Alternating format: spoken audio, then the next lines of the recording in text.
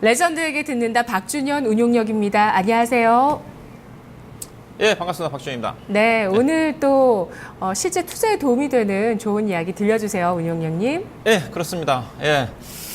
자, 오늘 얘기할 드릴 부분 자체는 리스크 관리입니다. 지지난 시간에 그 바이오 제약주 주가 급락과 관련해서 좀 말씀 좀 드렸고, 자, 요즘 들어서는 대형주인 대우조선해양, 오늘 또 삼성중공업이 급락을 하고 있습니다. 자, 주식시장에서 가장 중요한 게 리스크 관리죠. 지금은 저금리 시기입니다. 저금리 시대이기 때문에 굳이 무리하게 수익을 내기보다는 안정적으로 금리 이상의 어떤 초과 수익만 낸다. 특히 주식시장에서 잃지 않으면 수익을 낼 수가 있기 때문에 리스크 관리가 좀 가장 중요하다고 좀 말씀 좀 드리고 싶고요. 제가 리스크 관리 관점은 이 시간을 통해서 워런 버핏이 가장 중요한 게 원금을 지키는 게 중요하다 그랬기 때문에 워런 버핏의 투자감과 투자 철학을 말씀드리면서 리스크 관리에 대해서 많이 언급을 드렸습니다. 보니까 3월 달에도 제가 이런 주식은 피해라 그런 내용을 가지고 얘기를 했더라고요. 당시 피해라는 종목들이 조선업종이었고 한진해운이라든가 현대상선 재무구 내용을 보여드리면서 피해라고 했을 겁니다. 또 지나치게 성장성이 과다하게 반영되는 종목들, 그리고 3월 달이었기 때문에 실적 시즌이기 때문에 실적 관련해가지고 취약한 재무 내용이 그런 종목들 중심으로 피해라고 했었는데, 제가 오늘 얘기해드릴 부분 자체는 이 부분이라고 보시면 될 것 같습니다. 오늘 그 삼성중공업이라든가 최근에 대우조선해양 가지고 급락을 맞으신 분들은 이 분석을 하지 않았기 때문에 오늘 급락을 맞지 않았는가, 이 부분 유지를 해서 말씀 좀 드리고 싶은데, 하여튼 주식시장에서 가장 중요한 거는 리스크 관리다 좀 말씀 좀 드리고 싶고, 자, 기본적 분석, 리스크 관리, 재무 내용 분석, 어떻게 보면 대우조선해양도 재무 분석이지 않습니까? 그거는 기본적 분석에 나와 있죠. 자, 주식 투자의 분석 방법은 기술적 분석, 차트를 가지고 하는 기술적 분석이 있고, 기업 내용을 중심으로 한 재무제표를 중심으로 한 기본적 분석이 있습니다. 저는 여러분들한테 기본적 분석을 유지를 해서 말씀드리고 있는 전문가이기 때문에, 기본적 분석 중에서는 크게 두 가지가 있죠. 일단은 숫자로 표시하기 어려운 정성적인 분석, 즉 기업의 영역이라든가, 그 다음에 경영진이라든가, 그 다음에 사업 전망이라든가 관련된 어떤 사업 분석 관련된 정성적인 분석, 그 다음에 재무제표로 나타나 있는 숫자로 나타나 있는 정상적인, 정량적인 분석이 있습니다. 제가 말씀드릴 부분 자체는 결국은 이 부분이겠죠. 재무 분석이라 좀 봐야 될 것 같은데, 이 부분은 어렵습니다. 우리가 예측하기가 숫자로 나타나지 않기 때문에 쉽게 사업 전망이라든가 어려운데, 그렇지만은 이 정량적인 분석은 숫자로 나와 있기 때문에 숫자는 거짓말을 하지는 않죠. 그래서 이 부분 자체가 중요하다는 말씀 좀 드리고 싶고, 자, 기본적으로 이런 얘기를 좀 해드리고 싶어요. 주식 투자하신 분들한테는 기본적인 회계 지식을 갖춰라. 회계 지식 공부, 숫자 공부하라는 거 아닙니다. 그 의미만 알아도 된다는 거죠. 전문적인 지식은 애널리스트들이 충분히 분석을 해주니까 재무 상태에 나타나 있는 부채라든가 자본이라든가 자산에 대한 의미는 내가 가지고 있는 주식에 대해서 알고 투자를 하라는 의미겠죠. 자, 기본적으로 주식 자산은 부채와 자본으로 나타나 있는데, 부채와 자본을 더한 게 자산이라고 그랬고, 그 다음에 1년을 기준으로 해가지고 유동자산과 비유동자산, 그 다음에 유동부채와 비유동부채로 나누는데, 유동자산은 1년 이내에 현금화가 가능한 자산을 유동자산이라고 합니다. 유동자산은 여기에 이제 포함된 것들이 아무래도 현금, 그 다음에 재고자산, 그 다음에 매출채권, 그런 것들이 포함된 게 유동자산일 거고, 그 다음 비유동자산은 1년 이내에 현금화가 어려운 부동산이라든가 관계회사, 투자 유가증권이라든가 포함이 되면 될 건데, 유동성 위기에서 벗어나기 위해서는 즉 유동자산이 1년 이내에 현금화할 수 있는 자산이 상대적으로 많아야 되겠죠. 그 다음에 부채도 유동부채와 비유동부채가 있는데, 유동부채는 1년 이내에 만기가 돌아오는 부채니까, 만기가 돌아오는 부채가 1년에 많게 되면 어떻게 됐습니까? 유동성 위기에 직면할 수가 있겠죠. 비유동부채보다는 유동부채가 많아야 되는 게 좋은 거고, 그 다음에 이제 주주의 가치에서 본다 한다면 주당 순자산이 중요하죠. 장부상에 주당 순자산은 자본 총계, 그 기업이 가지고 있는 타인 자본 외에 자기 자본을 가지고 그 기업이 발행한 발행 주식수로 나누게 되게 되면 주당 순자산이 나오는 거고, 그게 이제 우리 주주로 따지면 어떻게 보면 청산가치 수준이라고 좀 봐야 되겠죠. 이 정도만 의미만 알고 있어도 충분히 회계 지식은 파악이 좀 되지 않겠나 생각이 좀 되는데, 자, 대우조선해양 좀 보도록 하겠습니다. 자, 그러면 자, 대우조선해양은 현재 1분기 말 기준에서 자산 총계가 21조 6천억입니다. 그 중에서 부채가 17조 원이고 자본이 4조 5천억이네요. 그렇죠? 이 중에서 지배주주가 실질적인 대우조선해양의 주주로서 어떤 가치이기 때문에 4조 7천억이네요. 즉 대우조선해양은 자기 자본은 4조 7천억인데 부채를 약 17조 원 정도 끌어다 쓰고 있기 때문에 부채 비율로 따지면 거의 400% 정도의 어떤 부채 비율을 가지고 있는 재무 내용이라고 볼 수가 있을 것 같고, 자, 대우조선해양의 조금 전에 재무 비율입니다. 재무 비율 조금 전에 유동 비율이 있네요. 유동 비율은 뭡니까? 조금 전에 유동 자산, 1년 이내 현금화 가능한 자산을 1년 이후에 만기가 된 부채 나누는 거니까 116%, 115%니까 거의 뭐 비슷비슷하네요. 예동 부채가. 그 다음에 부채 비율이 조금 전에 370% 좀 되는 거고, 그 다음에 이제 순차입금 비율을 봐야 되겠죠. 대우조선해양의 순차입금 비율이 173%입니다. 이건 무슨 의미냐? 순차입금을 가지고 대우조선의 자기 자본, 즉 조금 전에 4조 7천억이라고 그랬죠. 4조 7천억을 나누는 겁니다. 즉 대우조선이 보니까 1분기 말 기준으로 해가지고 3월 30일 기준에서 부채가 8조 원입니다. 순차입금이. 순차입금이 8조 원이고 그걸 나누니까 177%인데 대우조선해양이 2010년도 이후부터 부채가 얼마만큼 늘어났냐? 2조 6천억이었습니다. 왜냐하면 제가 대우조선해양은 2013년도부터 경계를 해야 되는 주식으로 얘기를 하고 있었기 때문에 알고 있습니다.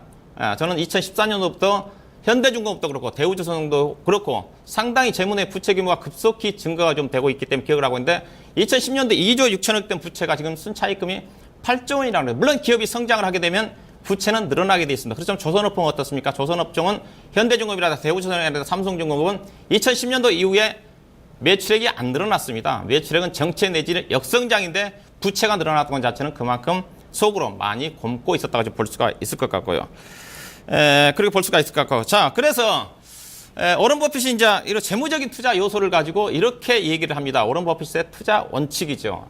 여기를 가지고 이제 대우조선해양에 관련된 대비를 해보시면 될 것 같은데, 워런 버핏이 재무적인 투자 요소, 워런 버핏이 투자를 하는 데 있어서 크게 제가 이 시간을 통해서 기업 요소, 경영 요소, 그 다음에 재무 요소, 그 다음에 가치 요소가 있다고 그랬습니다. 투자 원칙. 그렇죠? 그 중에서 오늘 이제 재무 요소를 말씀드리니까, 워런 버핏이 재무적인 투자 요소를 고려를 할 때 투자 원칙 첫 번째, 자기 자본 이익률이 높은 기업에 투자하라. 자, 자기 자본 이익률은 순이익을 가지고 자기 자본으로 나누는 거라고 했었죠.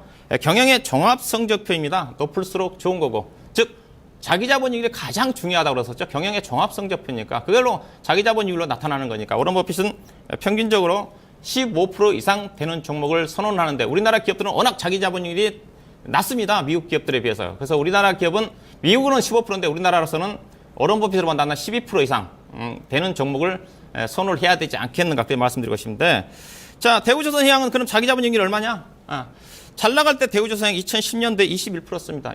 워런 버핏이 뭐 조선업종, 해운업종, 기술주는 투자를 하지 않았지만은 충분히 자기 자본 이익률로 따지면 투자를 해볼 만한 지표가 나왔죠. 그렇지만 그 뒤로 지속적으로 떨어지면서 작년에는 2.3%.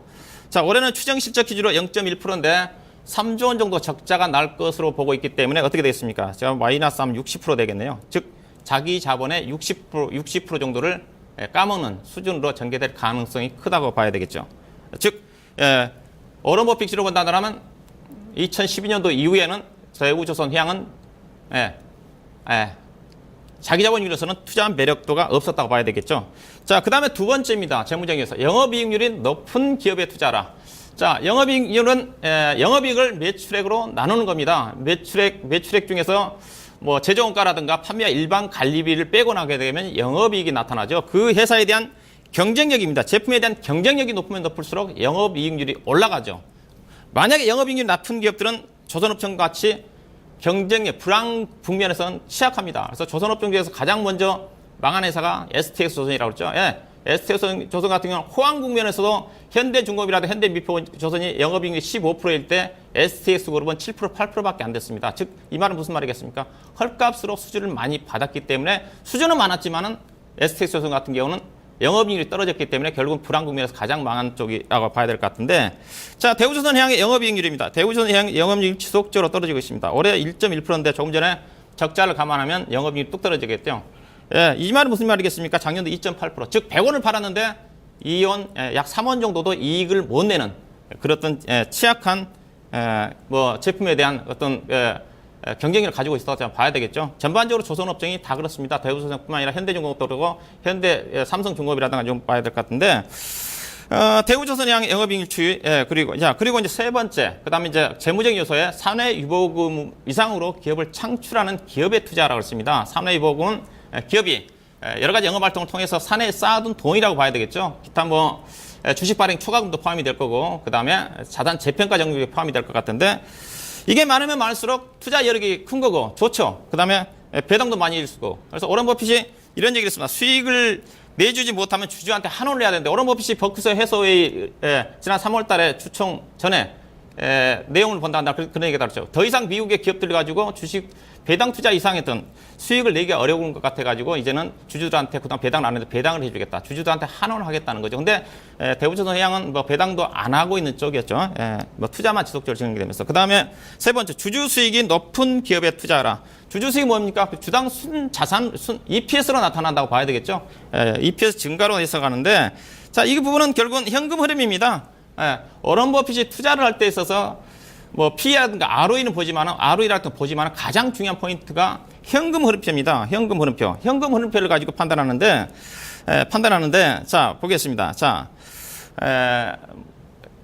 대우조선해양에 대한 현금 흐름표입니다. 이게 워런 버핏이 기업의 가치를 평가할 때 있어서 단기적으로 PE라든가 ROE를 보지만은 미래 예상되는 현금 흐름을 현재 가치로 할인을 해가지고 얼마짜리 주식이 5년 정도의 현금 흐름이 근데 현재 현금 흐름이 500억이지만은 5년 후에 이 회사 현금 흐름이 5천억이다. 그러면 5천억에 대한 현재 가치로 평가를 해가지고 적정 주가를 계산하는데 대우조선해양은 현금 흐름표가 적자니까 적정 주가가 안 나오죠. 4년 동안 적자입니다. 이거 어떻게 가겠습니까?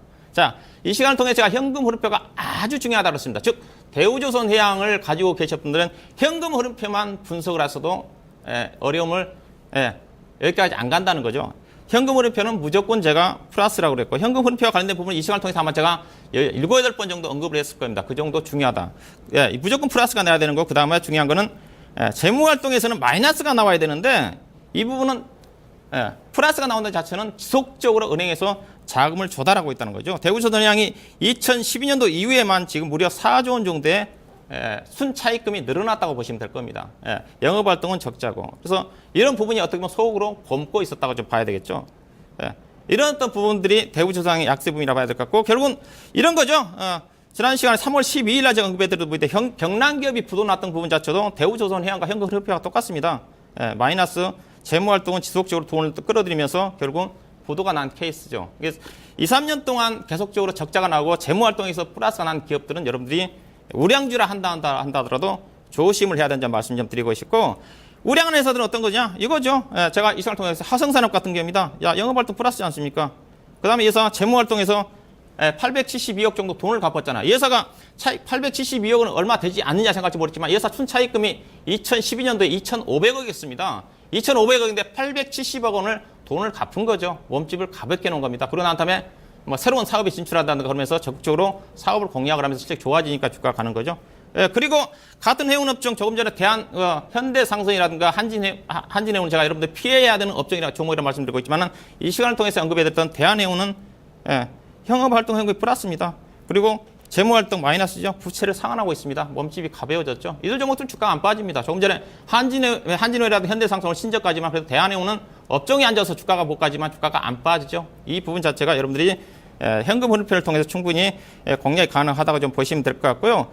지난 3월 10일 언급했던 부분입니다. 한진해운 여전히 자본 잠식입니다. 주당 순자산이 계산해 보면 3,000원도 안 됩니다. 발행 주식수는 2억 5천만 주입니다. 여기 업황이 좋아지면 좋아질 수 있겠지만 지금 채용 업황이 다시 어렵죠. 주가 빠진 이유죠. 현대상선도 3월 12일 날 자료인데 지금도 여전히 신저가가 나온 이유 자체가 자본 잠식이고 발행 현재 시가총 이 회사의 어떤 주당 BPS 자체도 현재 그 기업의 가치에 비해서 2배가 높은 수준입니다. 이런 부분들이 여러분 현금 흐름표를 통해서 볼 수가 있는 거고요.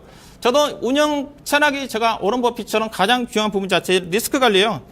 위험 있는 종목. 조금 전에 대우조선해양 그럼 어떻게 해야 됩니까?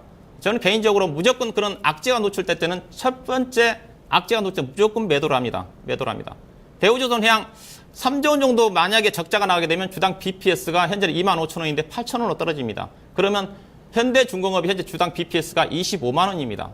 현대중공업이 업종 1위이기 때문에 상대적으로 유리하다는 거죠. 결코 제가 보기엔 대우조선해양 지금 들어가서 물론 역발상으로 들어갈 수가 있지만 역발상 그게 아니죠. 제가 역발상 투자와 관련된 부분들을 충분히 언급했어요. 선택적 역발상 투자라고 했습니다. 오런 버핏도 역발상 투자를 하는데 제가 역발상 투자를 해야 된다고 언급했던 종목도 주가 다 떴죠. AK홀딩스, 한섬 관련 종목들, 그다음에 대상 그런 종목들은 경기가 무관하게 일부 악재가 노출돼서 주가가 빠질 때 그런 종목들이 역발상 투자지 조선주가 많이 빠졌다고 그래가지고 그들 종목들 가지고 역발상 투자를 안 한다는 게 오런 버핏이 봐야 될 것 같고 오런 버핏 투자를 봐야 될 것 같고 일단 가장 중요한 자체는 손절매 위험관리 원칙도 다 그런 쪽입니다. 리스크가 있는 종목들은 일단 무조건 피한다. 그런 부분을 염두에 두시고 자, 제가 오런 버핏 추천 종목 리뷰를 좀 해드려야 되는데 시간 관계상 오늘 넘어가야 될 것 같네요.